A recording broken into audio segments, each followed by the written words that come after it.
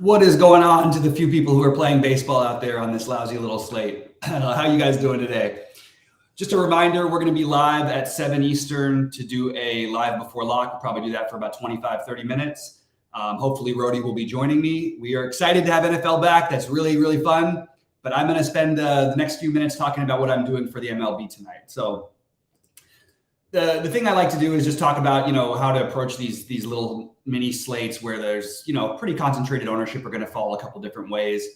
You can see in the projected ownership, if you guys have members of the site, like Goldie, which aggregates all the projections throughout the industry and has them in one place. So it literally is like the best thing out there. So shout out to Goldie. But I wanted to point out that I think that some of these teams are getting a little too low owned, and I'm going to take some weird chances on today's slate. So here is what I will be doing.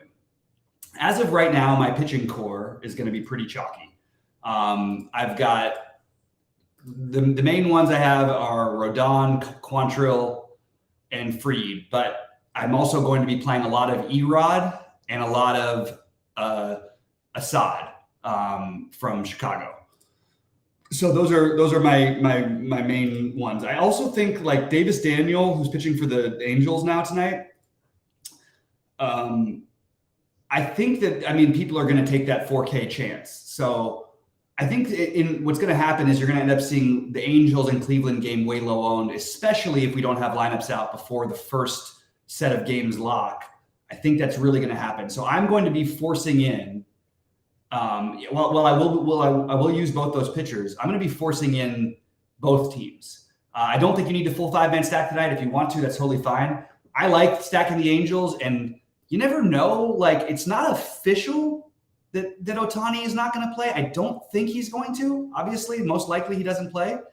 But what if he does? And what if I stack him with cheap guys in the later games, and then I can always middle it out if I have to? I'm willing to take a gamble like that. So I like getting the pieces of the Angels. The Guardians will be a little bit more owned, but I like getting pieces there. I don't think they're going to be that high owned. The main teams I'm focusing on, though, are the Dodgers, Braves, Angels, and Yankees. The Dodgers I think are going to be low owned. They've struggled with lefties enough. They're a low enough total. Will Smith, though, is going to be sub 10% projected right now at catcher. I love that. I love Mookie, but he's going to have a little bit of ownership. But playing him with Acuna and spending down at pitching, I think is a good idea. And I've got like 3-3-2 is what I've got in my biggest buy-in right now with the Dodgers, Braves, and Indians. Then in my other lineups, I'm mostly heavy on the Angels. That's my way of approaching this. This is what I'm doing. And again, there's plenty of other routes to go. So I'm going to go through. I do think getting the players you want are more important today than necessarily the stacks on these kind of slates. Of course, one team could go off. It happens. We see both sides of it win. But on the smaller slates, I like to try to get different. So I'm going to be using more 4-2-2s, 3-3-2s, 3-3-1-1s, 3-2-2-1s. I'm willing to do that. So I'm going to go through my players. Catcher, Will Smith, Travis d'Arnaud are my favorite two. Logan O'Hoppe would be my third. First base, I have Calhoun and Chanel from the Angels, mostly because Calhoun from Cleveland, little revenge for Cole Calhoun. Chanel, and then I do have some Ohtani lineups, which again, I'm going to have to shift things around, but I'm willing to take a wild gamble on a small slate when we're not going to have the news till after lock. And it's really not that big of a deal because I can always spread out and I don't have to play guys like, Will Brennan then necessarily, who I'm not like overly excited to play. I don't need to play Andy Ibanez, but I'd have to know that before the 7:05 games lock. So it's a little tricky, which is why no one's going to do it, and I'm willing to take that gamble. Second base, Mookie Betts, Ibanez are my top two. The third base, Kiki Hernandez, Mike Moustakas, Eduardo Escobar as the cheap option from the Angels that I'm using with my Ohtani that I'll probably move up in a couple different spots. Escobar is a guy I probably would move up off of if Ohtani is out, if he's still batting eighth. So that's one thing.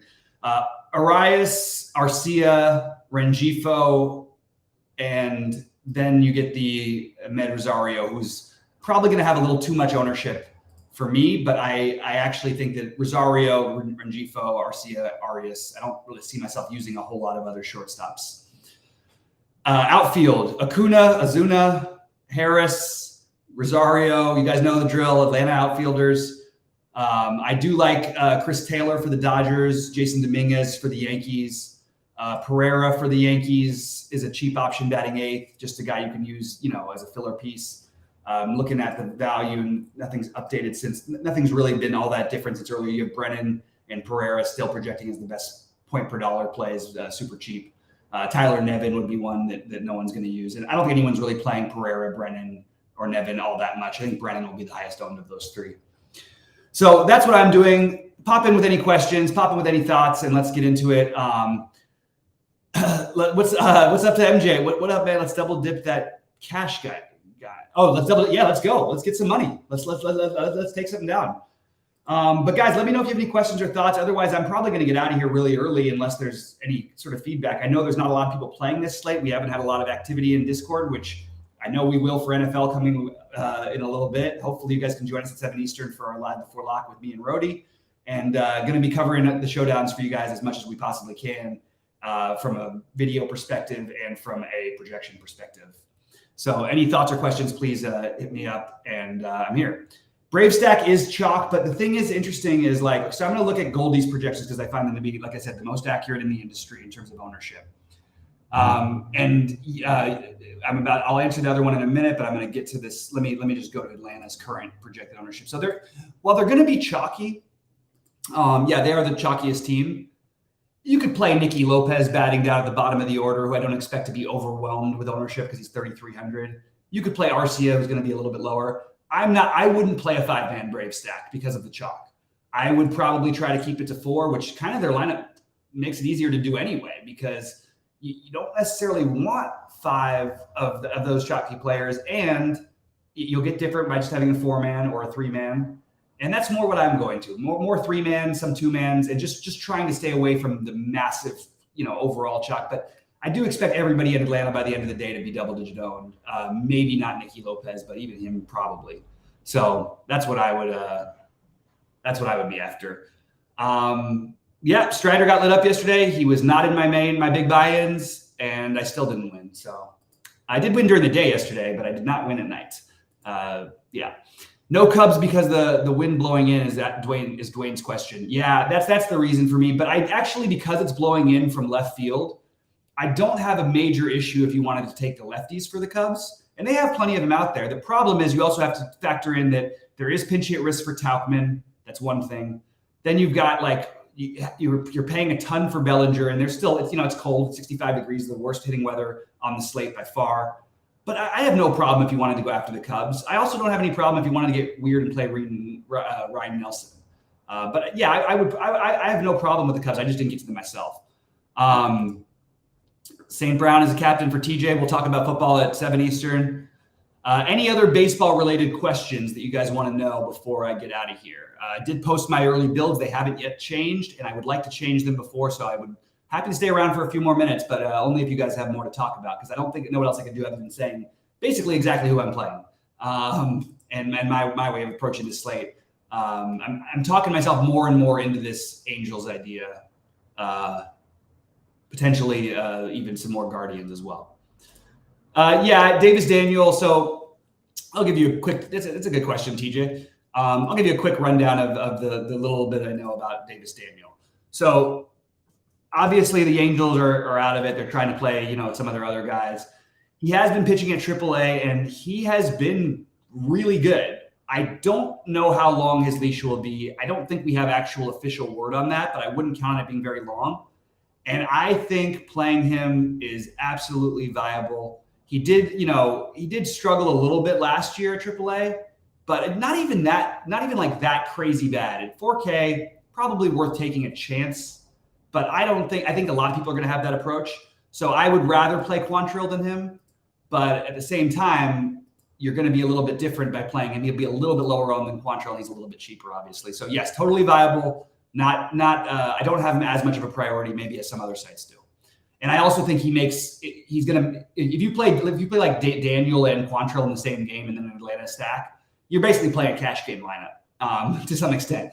That's going to be, it's exactly what everybody's going to do who does play Daniel. It's going to be all Braves. So I would suggest if you play Daniel to not play more than 4 Braves. That's my thing. Littell, is he good tonight? That's a really tough question to answer. It's just a high variance thing. Yeah, he's in the mix. I don't have a particular like or dislike of him. I think he's totally fine, completely viable. Yes. Priority, no for me, but I will probably end up with him in the lineup or two.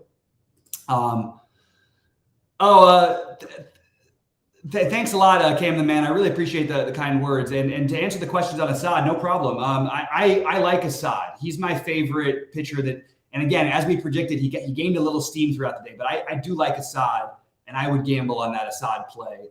But I am playing him with Rodon, and I'm just curious how I'm going to do that exact build. I think with the Daniel news of starting, I think you're going to see Daniel, Quantrill be the guys after Fried in terms of ownership, and then I think you're going to get into you're going to get into the Pepios.